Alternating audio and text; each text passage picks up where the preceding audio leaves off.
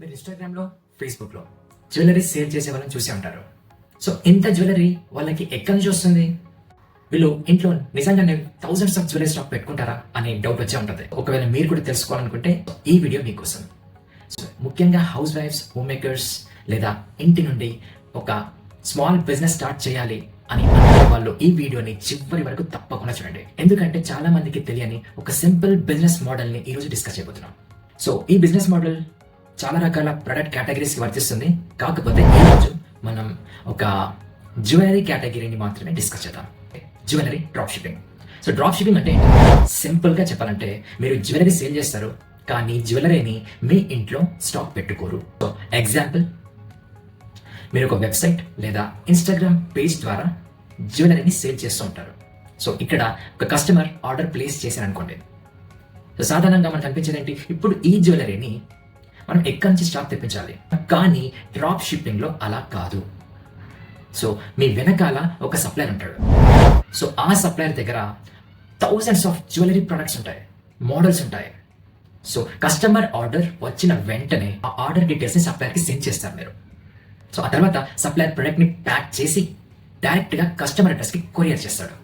So అంటే మీరు marketing చేసి కస్టమర్స్ని తీసుకొస్తే బ్యాక్ ఎండ్లో మీ సప్లయర్ మాత్రం ప్యాకేజింగ్, షిప్పింగ్, డెలివరీ మొత్తం చూసుకుంటాడు. సో అందుకే చాలా మంది ఇంట్లో పెద్ద స్టాక్ లేకపోయినా ఆన్లైన్లో జ్యువెలరీ సేల్ చేస్తూ ఉంటారు. సో ఇప్పుడు ఇంకొక విషయం, మరి ఇలాంటి సప్లయర్స్ ఎక్కడ దొరుకుతారు? సో దానికి చాలా సోర్సెస్ ఉన్నాయి. ఫర్ ఎగ్జాంపుల్, ఇండియా మార్ట్ లాంటి ప్లేసెస్లో సప్లయర్స్ డ్రాప్ షిప్పింగ్ అవైలబుల్ అని క్లియర్గా మెన్షన్ చేస్తుంటారు. లేదా యూట్యూబ్లో సప్లయర్స్ వీడియోస్ చేస్తారు, అక్కడ మేము డ్రాప్ షిప్పింగ్ ఆఫర్ చేస్తాము, సో మీరు బిజినెస్ స్టార్ట్ చేయాలనుకుంటే మాతో కనెక్ట్ అవ్వండి, సో ఇది వాట్సాప్ నంబర్ అని క్లియర్గా మెన్షన్ చేస్తారు. వాళ్ళకి వాట్సాప్ క్యాటలాగ్స్ ఉంటాయి. వాళ్ళతో కాంటాక్ట్ అయ్యాక మీతో product photos, videos, price list ఇవన్నీ సెండ్ చేస్తారు.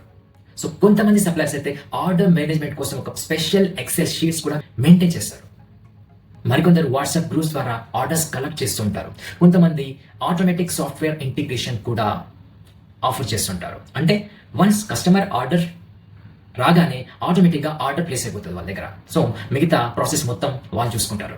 అంటే కస్టమర్ ఆర్డర్ వచ్చిన వెంటనే మీరు ఆర్డర్ డీటెయిల్స్ మాత్రమే వాళ్ళతో షేర్ చేస్తారు. ఆపరేషన్స్ మొత్తం అంటే ప్యాకేజింగ్, కొరియర్, డెలివరీ మొత్తం సప్లై చూసుకుంటాడు.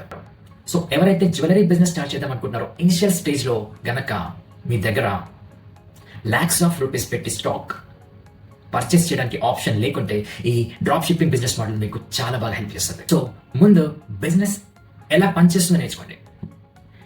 తర్వాత నెమ్మదిగా బ్రాండ్ బిల్డింగ్ని స్టార్ట్ చేయండి. సో కానీ ఒక విషయం మాత్రం చాలా జాగ్రత్తగా గుర్తుపెట్టుకోండి. సో సప్లయర్ని సెలెక్ట్ చేసేటప్పుడు quality, delivery speed, return policy, customer reviews తప్పకుండా చెక్ చేసుకోవాలి. సో ఇది వెరీ ఇంపార్టెంట్.